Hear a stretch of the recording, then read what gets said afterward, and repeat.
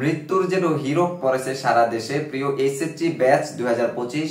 দেখো, আমি তোমাদেরকে শুরু থেকে বলেছিলাম যে এসএসসির রেজাল্ট মানে সবকিছু নয়। এরপরে আবার অনেকের রেজাল্ট খারাপ হলেই যে সবকিছু শেষ, বিষয়টা এরকমও না। তারপরেও দেখো, এই আজকে পর্যন্ত সারা দেশে 13 জন শিক্ষার্থী যারা কিনা আত্মহত্যার মতো ঘটনা ঘটাইছে। আমি যখনই নিউজ ফিডে যাই তখনই দেখি বরিশালের ওই মেয়ে আত্মহত্যা করেছে, রংপুরের ওই মেয়ে, এরপর মানে সারা দেশব্যাপী একটা মৃত্যুর ঢল নামছে, যেটা আমরা এসএসসির বেলায় দেখেছিলাম যে এসএসসি তে পরীক্ষা দিয়ে আসছে, ভালোভাবে পরীক্ষা দিতে পারে না, এরপরে সে মানে আত্মহত্যা বেছে নিয়েছে। আসলে এটা কেন? দেখো শিক্ষার্থীরা, আমরা তোমাদেরকে বারবার বলি, যারা ফেল করছো, বিশেষ করে তোমাদের সামনে বোর্ড চ্যালেঞ্জ আছে, বোর্ড চ্যালেঞ্জটা করো। এরপরে যদি এরপরও ফেল থাকে তাহলে তো সর্বোচ্চ একটা বছর গ্যাপ যাবে। এর মানে তো এই না যে তোমার জীবন শেষ করে দিতে হবে। তো এখানে আবার দুই ধরনের শিক্ষার্থী মারা যাচ্ছে, দেখছো সারা দেশে, হয়তো বা তোমরা দেখতেও পাচ্ছ। একজন হচ্ছে যে মানে শখে মরে, আরেকজন হচ্ছে যে কষ্টে মরে। দেখো বিষয়টা কেমন, তুমি ফেল করছো, তোমার কষ্টটা অধিক, হ্যাঁ ঠিক আছে, মানে তোমার কষ্ট অধিক, কিন্তু তোমার ধৈর্য ধরতে হবে। কিন্তু এই ধরনের শিক্ষার্থীরাও জীবন নাশের মতো ঘটনা বাইসা নিতেছো। আবার আরেক দল হচ্ছে যে ভালো জিপিএ করতে পারে না কেন, সেই জন্য সে মানে জীবন নাশ শেষ। তাহলে এটা কেন বলো? ভালো জিপিএ বলতে কি, তোমার জিপিএ 5 মানে কি তোমার সবকিছু সেটেল এরকম, আর তোমার 2 পয়েন্টের পাস মানে তোমার কিছু হলো না এরকম?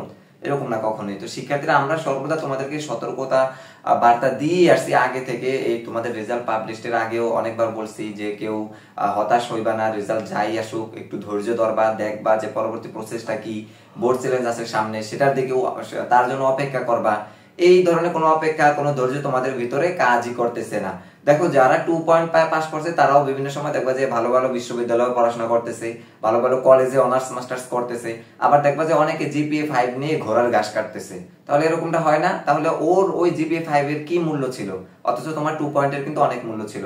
এই জন্য আমি তোমাদেরকে বলবো, কেউ হতাশ হবা না যারা মানে জিপিএ 5 পাও না বা আশানুরূপ ফল পাও না, যে তোমার ইচ্ছা ছিল যে তুমি একদম জিপিএ 5 পেবা কিন্তু পাও না। আজকে সর্বশেষ আমি ক্লাস থেকে আসতেছি, তখন আমাকে একজন নক দিয়ে বলতেছে, ভাইয়া আমি তো এডমিশনের জন্য কোনো প্রিপারেশন নেই, কেননা আমার পরীক্ষা খারাপ হয়েছে। যদিও এসএসসি তে জিপিএ 5 পেয়েছিলাম, কিন্তু আলিমে আমি দাখিল আলিম দিয়েছে, আলিমে আমি জিপিএ 5 পাবো কি পাবো না, বা ফেল করি কিনা, ফেল করব ভেবে আমি এডমিশনের প্রিপারেশনটা নিয়ে নেই, কিন্তু আমি এ প্লাস পেয়েছি, গোল্ডেন এ প্লাস। এখন আমি বিশ্ববিদ্যালয়ের প্রিপারেশন নিলে কি আমি চান্স পাবো কিনা, এই ধরনের তথ্য আমার থেকে জানতে চাইছে।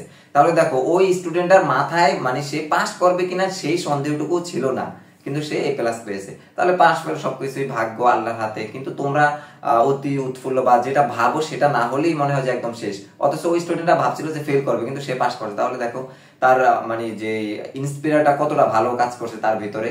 তো এই জন্য বলবো, সর্বদা তোমরা রেজাল্ট নিয়ে আপসেট হবা না। 3 পয়েন্ট পাইছো মানে সারা দেশের সকল পাবলিক বিশ্ববিদ্যালয়ে তুমি আবেদন করতে পারবা এসএসসি তে 3 পয়েন্ট করে থাকলে।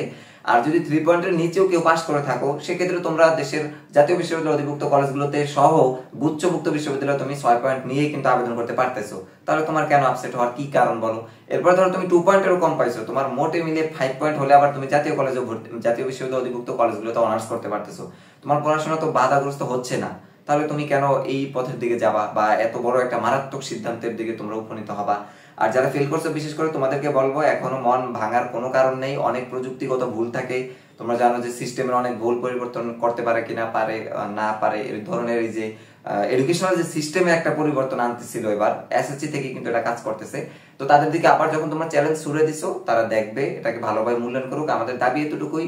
অবশ্যই তোমরা আন্দোলনে নামছো, দেখলাম যে গতকালকে তোমরা আন্দোলন ডাক দিয়েছো যে বোর্ড চ্যালেঞ্জের খাতা যেন ভালোভাবে মূল্যায়ন করা হয়। তবে এটা আমরা তোমাদেরকে বারবার বলতেছি, এই নিয়ে তোমরা কথা বলো, আন্দোলন করো, ফেসবুকে, সামাজিক মাধ্যমে, শিক্ষা বোর্ড পর্যন্ত এই তথ্যটা পৌঁছাও যে আমাদের বোর্ড চ্যালেঞ্জের রেজাল্টটা ভালোভাবে দেখা হোক। কেননা 6 লক্ষ শিক্ষার্থী ফেল করছো, তোমাদের অধিক আশা আকাঙ্ক্ষা হচ্ছে তোমরা সবাই পাস করবা, অন্তত মিনিমাম জিপিএ 5 জিপিএ নিয়ে হলেও যেন তোমরা পাস করতে পারো, সেই প্রত্যাশা রাখি। শিক্ষার্থীরা অনেক অনেক ভালো থাকো, তোমাদের অনেক অনেক শুভকামনা কামনা করছি তোমাদের জন্য। দেখা হবে পরবর্তী যে কোনো ভিডিওতে। সে পর্যন্ত ভালো থাকো, সুস্থ থাকো, আল্লাহ হাফেজ।